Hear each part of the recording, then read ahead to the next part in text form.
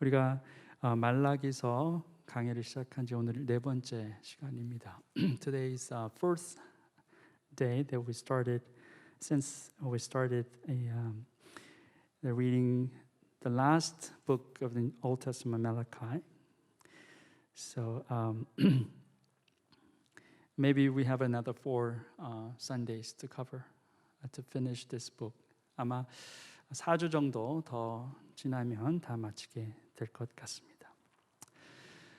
우리가 살면서 하나님께 자주 하는 푸념 중에 하나가 하나님 도대체 저한테 왜 이러세요?입니다. Now we have many complaints to God, and one of very common thing is this: God, why are you doing this to me? 나름 하나님의 뜻에 따라 성실하게 살려고 애썼는데 되는 일이 하나 없는 것 같고 자꾸 힘든 일만 생길 때 우리는 주로 이런 불평을 하나님께 쏟아놓습니다. You think you're doing your best just to live faithfully before God, and whatever you're trying is not really turned out to be good, and you are surrounded by so many problems and struggles. Then you pour out this kind of complaints to God. 자, 그런데 어떤 경우에는 성실하게 살지도 않았고 심지어 심각한 죄 가운데 빠져 살고 있음에도 하나님께 이런 불평을 합니다. 우리의 마음이 완악해지고 교만해서입니다. But sometimes, even if you are not living according to God's will, and then actually you are in a serious sin in your life, but you still complain to God like this because your heart turned cold and arrogant. 오늘 본문에 나오는 이스라엘의 마음 상태도 이와 같습니다. 그들은 자신들이 짓고 있는 죄에 대해서는 모른 채 하면서 하나님께서 그들에게 내리신 징계에 대해서는 한없이 억울해하고 있습니다. Israelites in today's passage, their heart state is very similar to that. They don't really care about their sin, but they care about so much on the punishment or discipline that God has given to them. 오늘 본문 첫 절 10절은 이런 말씀으로 시작하고 있습니다. The first verse in today's passage, verse 10, begins like this. 우리는 모두 한 아버지를 모시고 있지 않느냐? 한 하나님이 우리를 창조하시지 않았느냐? 그런데 어찌하여 우리가 서로 배신하느냐? 어찌하여 우리는 주님께서 우리 조상과 맺으신 그 언약을 욕되게 하고 있느냐? Do we not all have one Father? Did not one God create us? Why do we profane the covenant of our ancestors by being unfaithful to one another? 이 말씀은 말라기 선지자가 이스라엘을 향해서 안타까운 심정으로 전한 메시지예요. This is a message that Malachi is telling to the Israelites. With such a hard heart. I mean, such a what do you call frustrated heart. 이스라엘이 한 하나님을 섬기는 백성이다라고 말하면서 같은 형제 자매들을 사랑하지 않고 배신하는 행위를 보면서 그것은 사람을 배신하는 것을 넘어서 곧 하나님과 맺은 언약을 욕되게 하는 것이다라고 그가 지적하고 있어요. So what Malachi is saying, when he saw the Israelites, they're not loving each other. It's not only they become unfaithful to one another. In fact, they profane the very covenant that God has made with the Israelites. 하나님의 백성들이 서로 사랑하지 않는 것이 하나님과 맺은 언약을 욕되게 하는 것이다. 좀 충격적인 말씀이죠. You're not loving each other. You are one family of God, but you're not faithful to one another. Well, that's profanity. Well, that's a shocker. 자, 우리가 서로에게 잘못을 저지를 수 있고요. 서로의 마음을 아프게 할 수도 있겠지만 우리는 그것이 곧 하나님과의 맺은 언약을 그리고 곧 하나님 당신을 욕되게 하는 것이다라고까지는 생각하지 않습니다. We can wrong one another. We make mistake and sometimes intentionally or unintentionally we hurt each other. But we don't think that is a profanity to God. Right? That is too much. That's a huge exaggeration. That's what you think. 자, 그런데 말씀은 그게 그거라는 거예요. But the word of God says that's profanity. 자, 왜 그런 겁니까? Why is that? 자, 잘 들으세요. 중요합니다. 하나님의 백성이 언약 백성이기 때문에 그렇다는 거예요. Why is that? Because God's people is a covenant people. This is very important. 하나님은 이스라엘의 하나님이 되시고 이스라엘은 하나님의 백성이 되는 것이 흔히 우리가 생각하는 계약적인 관계가 아니라 파기할 수 없는 언약의 관계이기 때문이다라는 거예요. God becoming their God and the people of God becoming His people. It's not some kind of contract, but it's a covenant which cannot be broken. 자, 그런 언약 가운데 맺어진 하나님과 이스라엘이기 때문에 이스라엘의 형제와 자매를 배신하고 속이는 것은 같은 언약 가운데 계시는 하나님을 향한 도전이자 도발이 된다는 거예요. So because God and His people are in this covenant, so when you become unfaithful to one another, when you are under this covenant, actually you are putting challenge or provocation to God who is under this covenant. 자, 그래서 가인이 아벨을 죽인 것은 한 사람이 또 다른 사람을 죽인 것, 거기에 머무는 것이 아니라 하나님을 향한 도발이자 반역이 된다라는 거예요. So when Cain killed his brother Abel, it's not just one person killing another person. Actually, this is provocation and treason almost before God.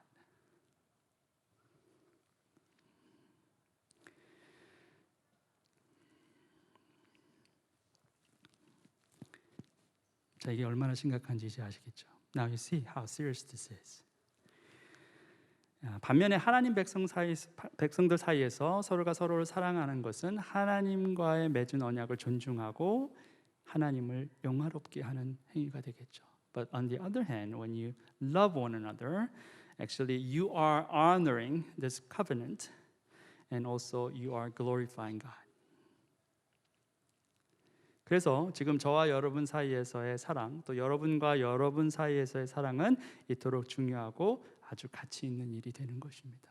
So loving one another, loving each other here in this community is very, very important and is very, very valuable. 이스라엘은 이렇게 중요하고 가치 있는 것을 저버리고 서로를 배신함으로 하나님께 도발한 것입니다. So Israelites, they provoke God by being unfaithful to one another. When this is a very, very important and valuable. 자, 그리고 그 도발은 거기에 그치지 않았어요. And this provocation did not stop there. 유다 백성은 주님을 배신하였다. Judah has been unfaithful. 보세요. 서로를 배신한 것이 곧 주님을 배신한 거다. 이렇게 말씀하고 있잖아요. So when you are unfaithful to one another, you are unfaithful to God. 자, 예루살렘과 이스라엘 온 땅에서 추악한 일이 일어나고 있다. 유다 백성은 주님께서 아끼시는 성소를 더럽히고 남자들은 이방 우상을 섬기는 여자와 결혼까지 하였다. A detestable thing has been committed in Israel and in Jerusalem. Judah has desecrated the sanctuary the Lord loves by marrying women who worship a foreign god. 자, 보세요. 이들은 더 나아가서 하나님의 거룩하심에 심각한 손상을 입혔다는 거예요. So, moreover, they went ahead And they put damage, serious damage on God's holiness.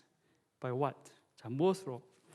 남자들이 이방 우상을 섬기는 여자들과 결혼했기 때문이다라는 거예요. Because men, Israelite men, they married women who worship foreign gods.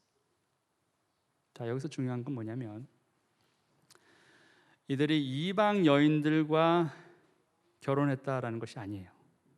중요한 것은 이방 우상을 섬기는 여인들과 결혼했다라는 거예요. See, what's important here is this. It's not that they married foreign women. They married women who worship foreign God. That's what's important. 성경에는 하나님의 백성과 이방 백성의 결혼이 놀라운 하나님의 뜻 가운데 이루어진 사실들을 여럿 기록하고 있습니다. 그중 가장 유명한 것이 룻의 이야기죠. In the Bible, God has revealed His great plan and His will by telling us there's a marriage between Israelites and the Gentiles. And one of the prime example is Ruth, the story of Ruth. 룻은 모압 여인이었습니다. 이방 여인이죠. 하나님을 알지 못했던 사람이었습니다. 고향에서는 당연히 하나님이 아닌 다른 신을, 모압 신을 섬겼죠. Ruth, she was a Moabite. He didn't know God. Of course, when she was in the homeland, she worshipped other gods. 자, 그런데 그가 나오미의 아들 중에 하나와 결혼을 하죠. 그리고 나서 그가 하나님의 백성이 됩니다. 남편이 죽어서 과부가 되었음에도 불구하고 룻은 여전히 하나님을 섬기는 사람으로 남아 있었습니다. So Ruth, she married one of Naomi's sons, and then she became a person of God, a people of God. Even after her husband passed away, she still remained as the one who worshipped the God of Israel. 룻의 고백을 한번 들어보시기 바랍니다. This is Ruth's confession. 나더러 어머님 곁을 떠나라거나 어머님을 뒤따르지 말고 돌아가라고는 강요하지 마십시오. 어머님이 가시는 곳에 나도 가고 어머님이 머무시는 곳에 나도 머무르겠습니다. 어머님의 결례가 내 결례이고 어머님의 하나님이 내 하나님입니다. 그렇게 말해요. Ruth replied, "Don't urge me to leave you or to turn back from you. Where you go, I will go, and where you stay, I will stay. Your people will be my people, and your God, my God." 자, 중요한 것은 하나님을 섬기느냐, 하나님을 섬기지 않느냐라는 거예요. 인종이나 언어나 풍습이나 전통 같은 것은 중요한 게 아니었다는 것입니다. So what's important is whether you worship this God or not.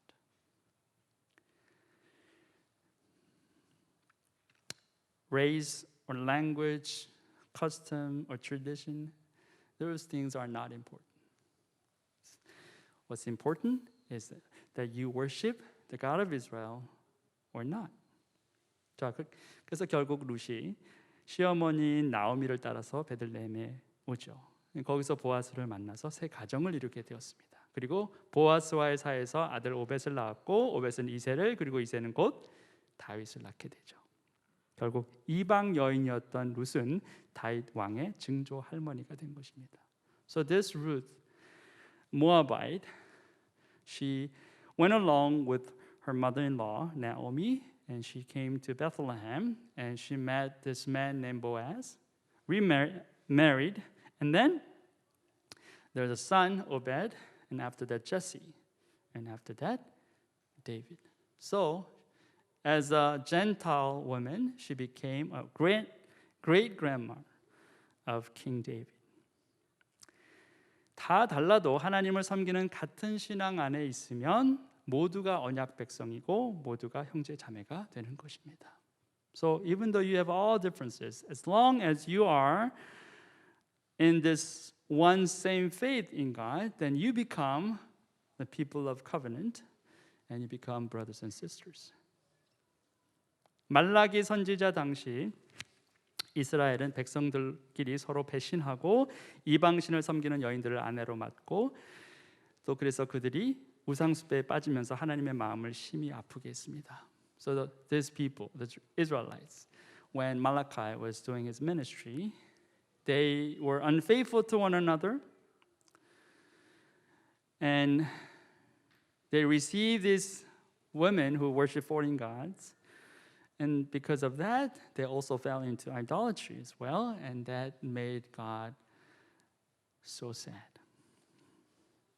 자, 하나님의 실망이 어느 정도였는지 다음 절을 보면 알 수 있습니다. We know how frustrated that God was. His disappointment. In what degree? It's in next verse, verse 12. 이런 일을 하는 사람은 그가 어떤 사람이든지 만군의 주님께 제사를 드리는 사람이라고 하여도 주님께서 그를 야곱의 가문에서 쫓아내실 것이다. As for the man who does this, whoever he may be, may the Lord remove him from the tents of Jacob, even though he brings an offering to the Lord Almighty. 만군의 주님께 제물을 바치는 사람이라 할지라도 야곱의 가문에서 쫓아낸다 하세요.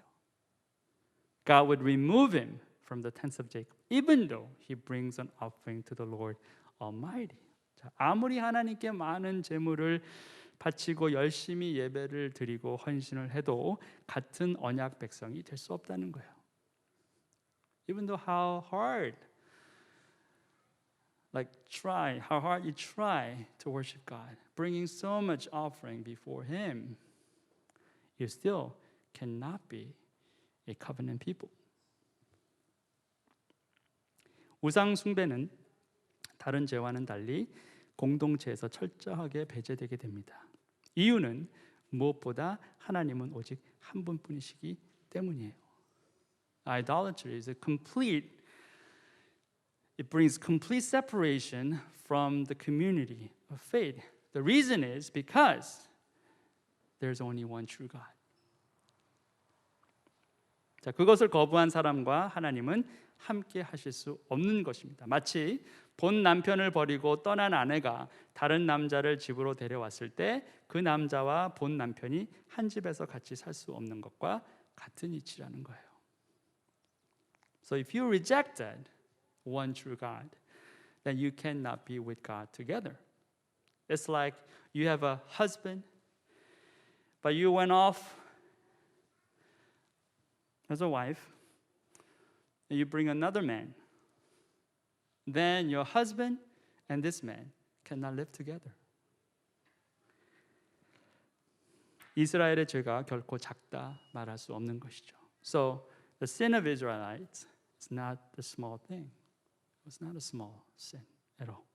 13절입니다. Verse 13. 너희가 잘못한 일이 또 하나 있다. 주님께서 너희 재물을 외면하시며 그것을 기꺼이 받지 않으신다고 너희가 눈물과 울음과 탄식으로 주님의 제단을 적셨다. Another thing you do, you flood the Lord's altar with tears.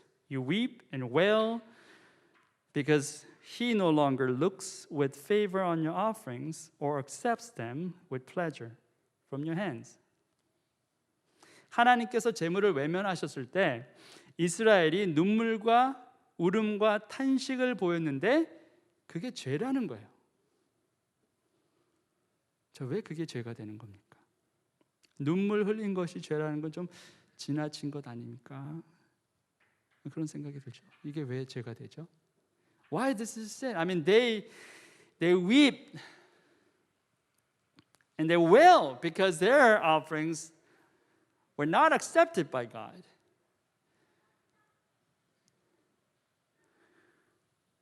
And this is sin? Why is that? 자, 에스겔서를 보면 그 이유를 알 수 있습니다. When you look at book of Ezekiel, then you know why.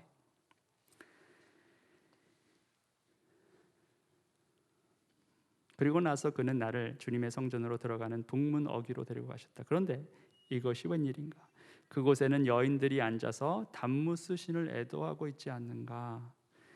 Then he brought me to the entrance of the north gate of the house of the Lord, and I saw women sitting there mourning the god Tammuz. 하나님의 성전 앞에서 우상인 담무스 신을 향해 눈물 흘리는 여인들이 있었다는 겁니다. 마치 이스라엘이 이 여인들과 같은 모습이었기에 그것이 죄가 되었다라는 거예요. There are people, a group of people who are sitting there in front of God's temple, but they wailed and they wept not because of God of Israel, but because of this idol, this god Tammuz.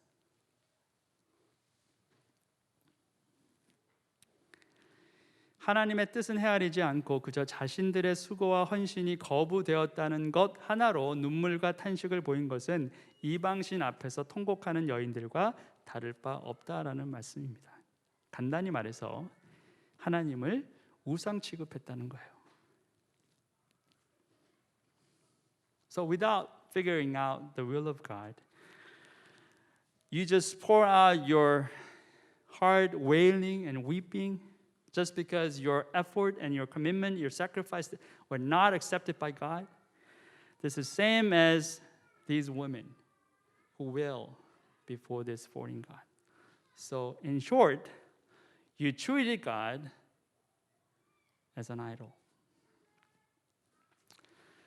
그런데 오늘날의 크리스천들도 이와 비슷한 경우가 있다라는 거예요. The problem is today's Christians are very similar to this as well. 하나님 제가 얼마나 노력했는 줄 다 아시지 않습니까? 주일 성수도 열심히 했고 새벽 기도도 정말 열심히 참석했고 헌금도 열심히 했습니다. 11조 감사 헌금, 절기 헌금, 주정 헌금, 제가 내지 않은 헌금이 어디 있습니까? 교회 봉사도 열심히 했습니다. 교사로 그리고 성가대로 찬양팀으로 제가 하지 않은 것이 뭐가 있습니까? 그런데 왜 제게 이런 시련이 계속해서 오는 것입니까? 저는 정말 억울하고 답답합니다 라고 하며 눈물과 탄식을 보일 수 있다라는 거예요. You can cry out to God saying, God, you know how committed I was. I've shown enough. I attended all the services and I gave all the offerings, name it, tithe and thanksgiving offering, all kinds of offering to you, and I served your church as a teacher, as a praise team members, you name it. But what's going on in my life? All these troubles and conflicts are coming and not ending.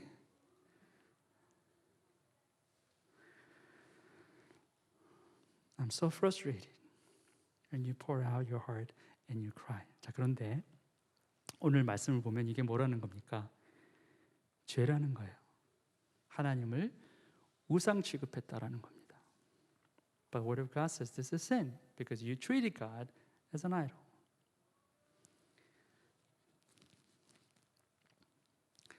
굉장히 중요합니다. 이게 뭐냐면 자, 우리가 하나님 앞에 슬퍼할 수 있고 마음 쏟아 탄식할 수 있습니다.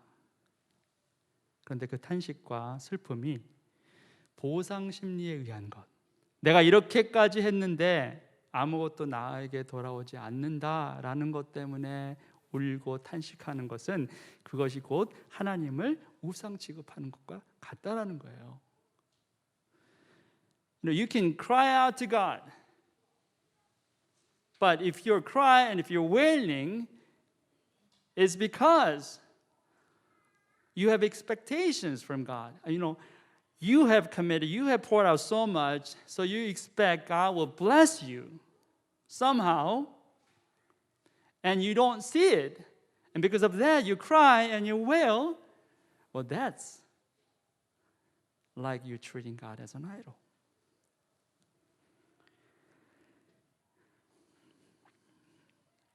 세상 종교와 우상은 지성이면 감천이다라는 말과 연결되어 있습니다. 정성을 보여야 하늘도 감동해서 소원을 들어준다라는 식이에요.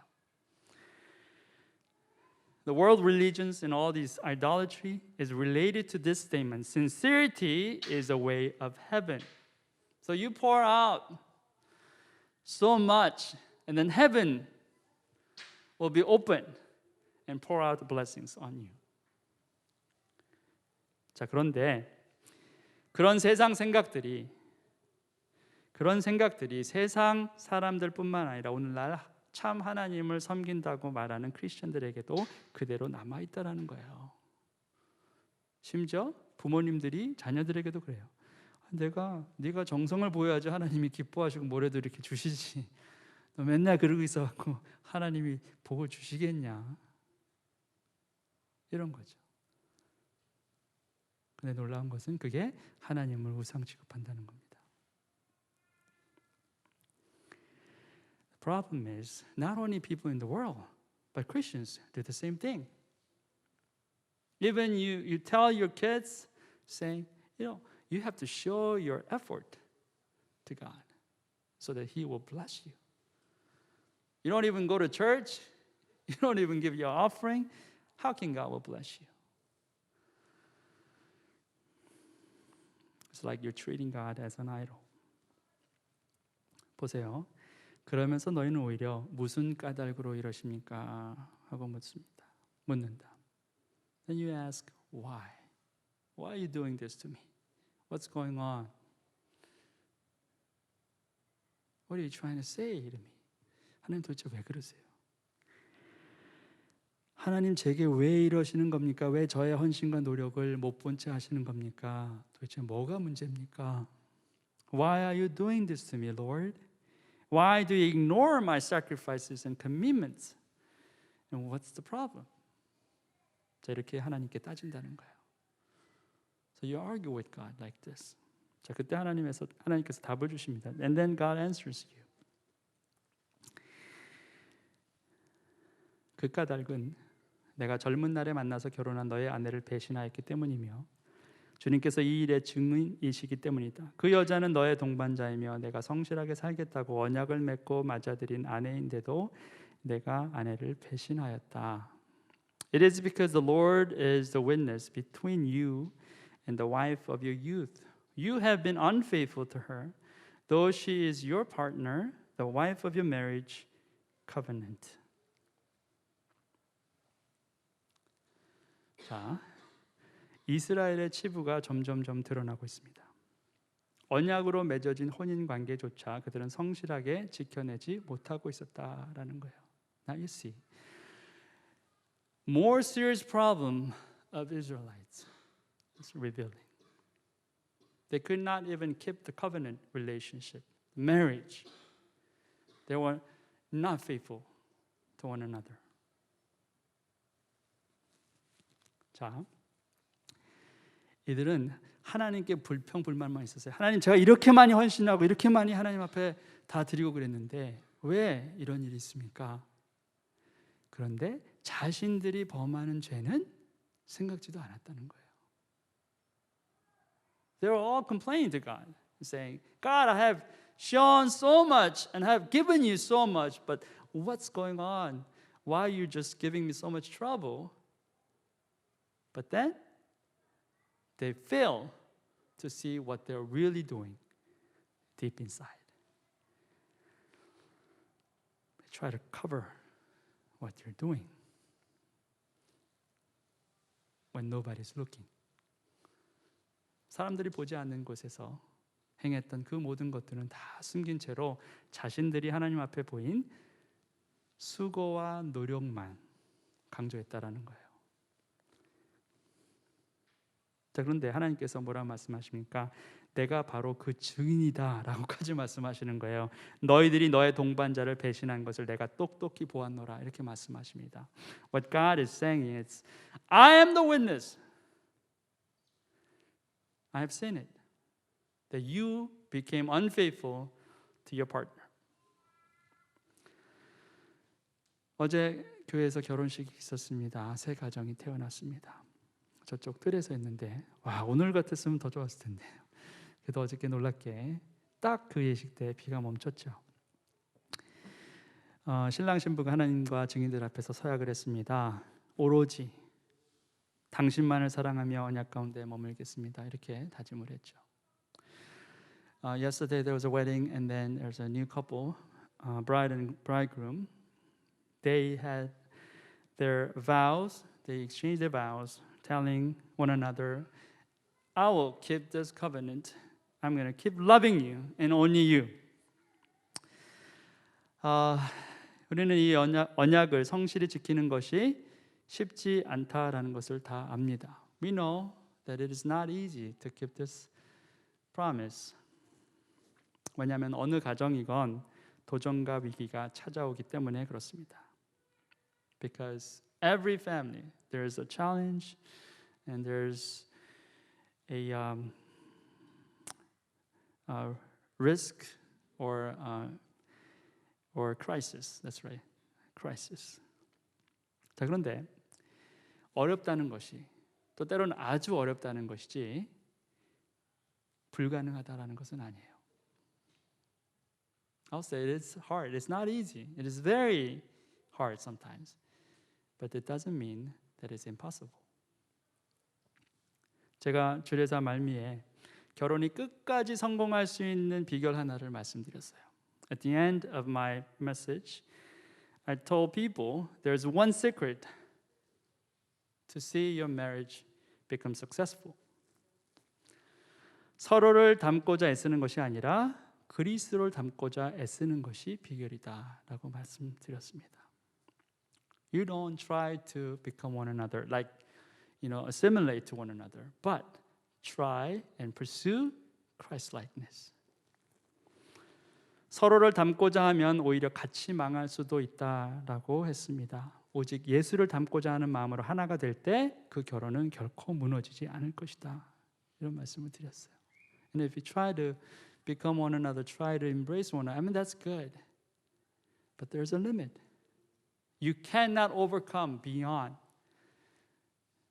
But when you have Christ in the center of your marriage and you try to become more like Christ, then you will overcome any obstacles and any challenge because Christ has no limit. 그리스도를 중심에 두고 그리스도를 닮고자 하는 열정이 있으면 어떠한 도전과 위기도 극복할 수 있다는 거예요. 왜냐하면 우리의 노력은 한계가 있지만 그리스도는 한계가 없기 때문이다 라는 것입니다. 하나님은 지금도 우리 삶 가운데 재판장이자 증인이십니다. 다른 사람의 눈은 속여도 하나님의 눈은 속일 수 없습니다. Our God is still judge and also the witness. You can fool other people, but you cannot fool God. 하나님은 하나님의 눈을 속이려 들었던 이스라엘을 순순히 놓아주지 않고 계십니다. 그들의 범죄를 낱낱이 밝히고 계십니다. God is not just simply letting Israel go easy. He just revealed what they're doing clearly. 한 분이신 하나님이 내 아내를 만들지 않으셨느냐? 육체와 영이 둘 다 하나님의 것이다. 한 분이신 하나님이 경건한 자손을 원하시는 것이 아니겠느냐? 너희는 명심하여 젊어서 결혼한 너희 아내를 배신하지 말아라. Has not the one God made you? You belong to him in body and spirit. And what does the one God seek? Godly offspring. So be on your guard and do not be unfaithful to the wife of your youth. 배신하지 말라. 배신하지 말아야 합니다. You should not be unfaithful. 하나님의 뜻을 가벼이 여기지 않아야 하는 것입니다. You cannot take God's word and God's word lightly. 나는 이혼하는 것을 미워한다. 주 이스라엘의 하나님이 말한다. 아내를 학대하는 것도 나는 미워한다. 나 만군의 주가 말한다. 그러므로 너희는 명심하여 아내를 배신하지 말아라. The man who hates and divorces his wife, says the Lord, the God of Israel, does violence to the one he should protect, says the Lord Almighty. So be on your guard and do not be unfaithful. 자, 배신하지 말라. 또 말씀하세요. Do not be unfaithful. He says again. Again. 자, 왜 하나님께서 배신하지 말라는 말씀을 이토록 계속하십니까? Why God is keep saying that? The same thing. Don't be unfaithful.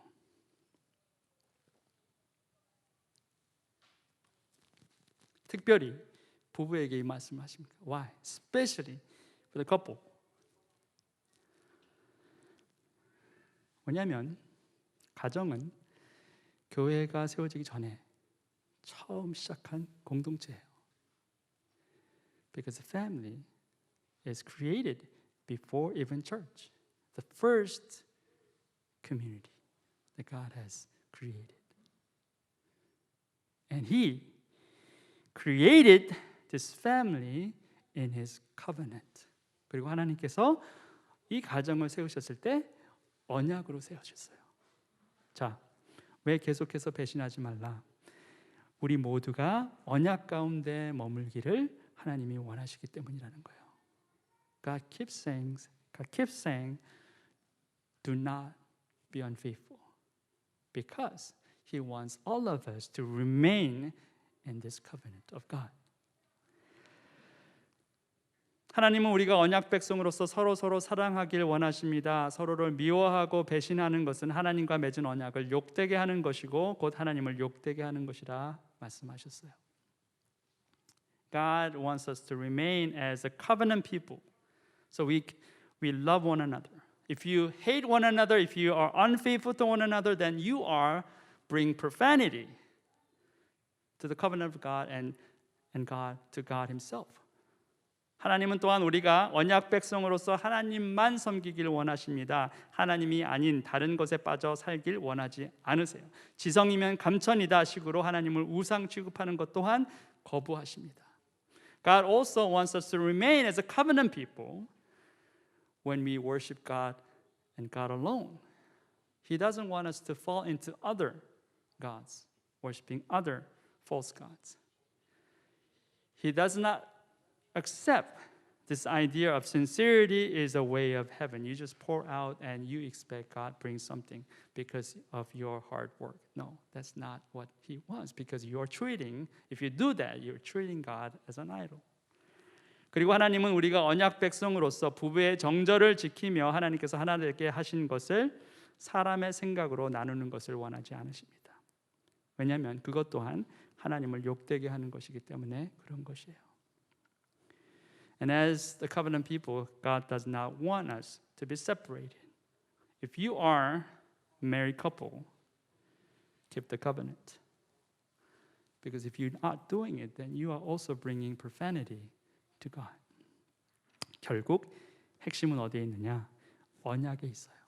하나님은 언약의 하나님이시고 우리는 하나님의 언약 백성이다라는 것이 핵심이에요. The key is this: covenant. God is our covenant, and we are His covenant people. 자, 이제 실질적인 문제가 있어요. Now we face a real problem. 하나님과 우리가 언약 가운데 있고 하나님께서 언약에 성실하신 것처럼 우리 또한 그 언약을 성실히 지켜야만 합니다. 그런데 우리가 실패한다는 거예요. 우리가 언약 백성인 것은 잘 알지만 다른 사람을 미워하기도 하고 하나님을 우상 취급하기도 하고 배우자를 배신할 수도 있다라는 거예요. The real problem is this. We know this. We know that we have to remain as a covenant people, but we fail. Sometimes we hate one another. Sometimes we treat our God as an idol, expecting some blessings. And sometimes we become unfaithful to our spouses. 자, 그러면 어떻게 해야 되냐는 거예요. 다 망쳐놨으니까 포기해야 합니까? Then what do? Because you fail, you miserably failed, and you just give up? 그렇지 않습니다. 진심 어린 회개로 주님께 돌아와야 합니다. 그게 하나님께서 바라시는 거예요. You return to God in repentance. That's what God wants. 말라기 선지자는 형편없이 깨어져 버린 이스라엘 향해서 진실을 선포합니다. 정죄와 심판이 목적이었다면 그런 메시지도 전할 필요 없이 바로 심판을 맞게 하면 그만이었어요. Malachi, he spoke the truth to the broken people of God. If the purpose of its message was condemnation or judgment, then he didn't have to tell this message. He just prayed to God, God just bring punishment upon them. 자, 그런데 이렇게 하나님의 말씀을 전했다라는 것은 아직도 기회가 있었다라는 거죠. 정죄와 심판이 목적이 아니라 회개와 회복이 목적이었기 때문이었다라는 거죠. But he delivers God's message because his purpose was not condemnation and judgment, but his purpose was the repentance and restoration of the people of God. They still had chance. 오늘 저와 여러분도 회개와 회복을 목적으로 말씀하시는 하나님의 음성 앞에 서 있습니다. Today we stand before the very word of God that desire us to experience repentance and restoration. 우리는 망쳤지만 하나님은 고치실 수 있어요. We fail, but God can restore. 다시 하나님 앞으로 나와 하나님의 치유와 회복의 손길에 우리 자신을 내어드려야 합니다. Now you come before God again and allow God to touch you and bring healing and restorations. 우리는 스스로 할 수 없습니다. 그러나 하나님은 하실 수 있습니다. 그래서 하나님 앞으로 나와야 하는 거예요. 우리가 할 수 없기 때문에. You know, you cannot do it by yourself, but God can. So that's why you have to come before Him. 여러분이 하나님 앞에 나올 수 없다는 것은 여전히 여러분의 마음이 딱딱하다는 거예요. If you cannot come to God, that means your heart is still hardened.